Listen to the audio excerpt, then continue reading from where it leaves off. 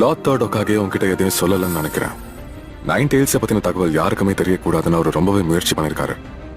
நீதான் என்னோட மகன் யாருக்காவது தெரிஞ்சிருந்தா அதுவே பேராபத்தா மாறி இருக்கும். அப்பா,